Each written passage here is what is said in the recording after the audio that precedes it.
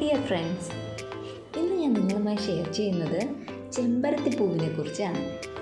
നിങ്ങൾക്കറിയാമോ, ചെമ്പരത്തിപ്പൂവിന് ഒരുപാട് ഔഷധ ഗുണങ്ങളുണ്ട്. ചെമ്പരത്തിപ്പൂവ് കൊണ്ടുള്ള ചായ നിങ്ങൾ കുടിച്ചിട്ടുണ്ടോ? എങ്കിൽ കേട്ടോളൂ.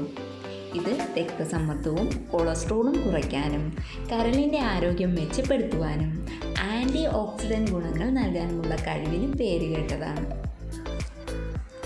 പരമ്പരാഗത വൈദ്യശാസ്ത്രത്തിൽ വിവിധ സംസ്കാരങ്ങളിൽ ദഹന പ്രശ്നങ്ങൾക്കും മറ്റ് ചികിത്സകൾക്കായും ഇത് ഉപയോഗിക്കുന്നു.